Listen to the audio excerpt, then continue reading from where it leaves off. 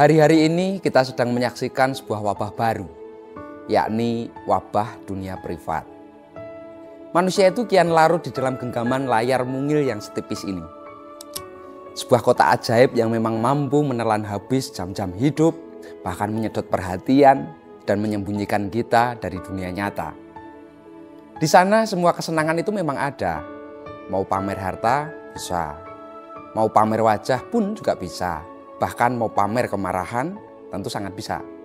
Semuanya itu mendapat panggung di dunia yang tidak begitu nyata itu.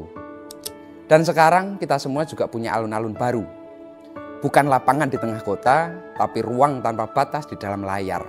Ini. Di sana kita berjalan tanpa kaki, berkelana tanpa meninggalkan kursi, dan tanpa sadar jempol itu bergerak. Mata langsung terpaku, hati hanyut dan perlahan itu tenggelam.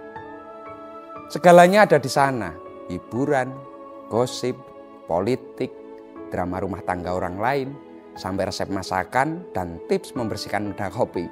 Itu pun juga ada. Semuanya tinggal di scroll, semuanya itu membuat kita betah untuk leyeh-leyeh atau rebahan berjam-jam yang tanpa kita sadari itu waktu menguap begitu saja. Bagi yang hobi marah, alun-alun itu selalu menyediakan panggung. Bagi yang suka membantah, selalu ada video untuk dibantah.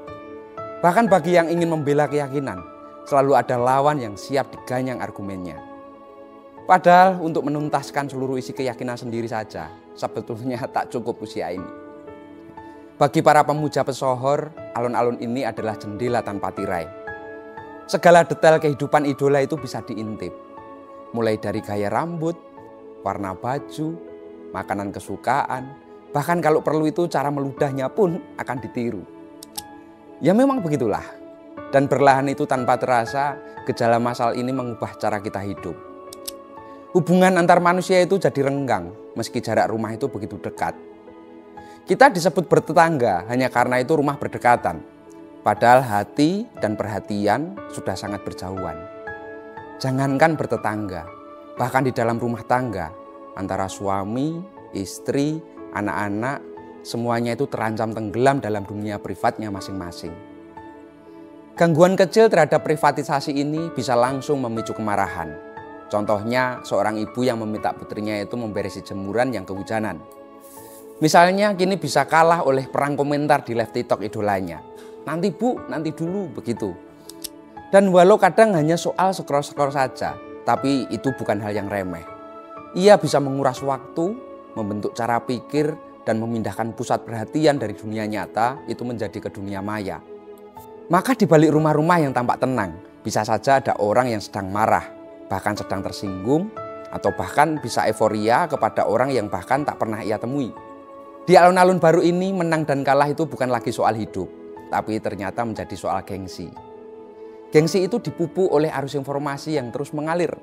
Kadang bukan karena kita membutuhkannya, tapi karena kita tidak mau dianggap kurang membaca info terkini, jadi dianggap kurang up to date. Padahal yang sulit hari ini itu bukan mencari informasi, itu justru terlalu mudah. Yang sulit itu ternyata harus membatasi informasi. Artinya harus bisa memilah mana yang penting, mana yang kita butuhkan, dan mana yang benar-benar berguna untuk hidup kita. Kita sering takut ketinggalan kabar, bahkan takut tidak up to date, jika tidak setiap saat itu tidak membuka sosial media. Padahal bermedsos itu seharusnya benar-benar bersosial. Menjalin hubungan yang relevan dengan lingkungan yang membantu kita bertumbuh terutama. Bukan malah menenggelamkan diri dalam lautan konten yang kita scroll itu tanpa arah.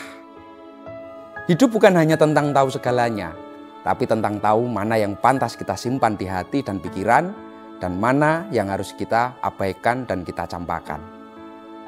Matur nuwun dan salam tutut ati.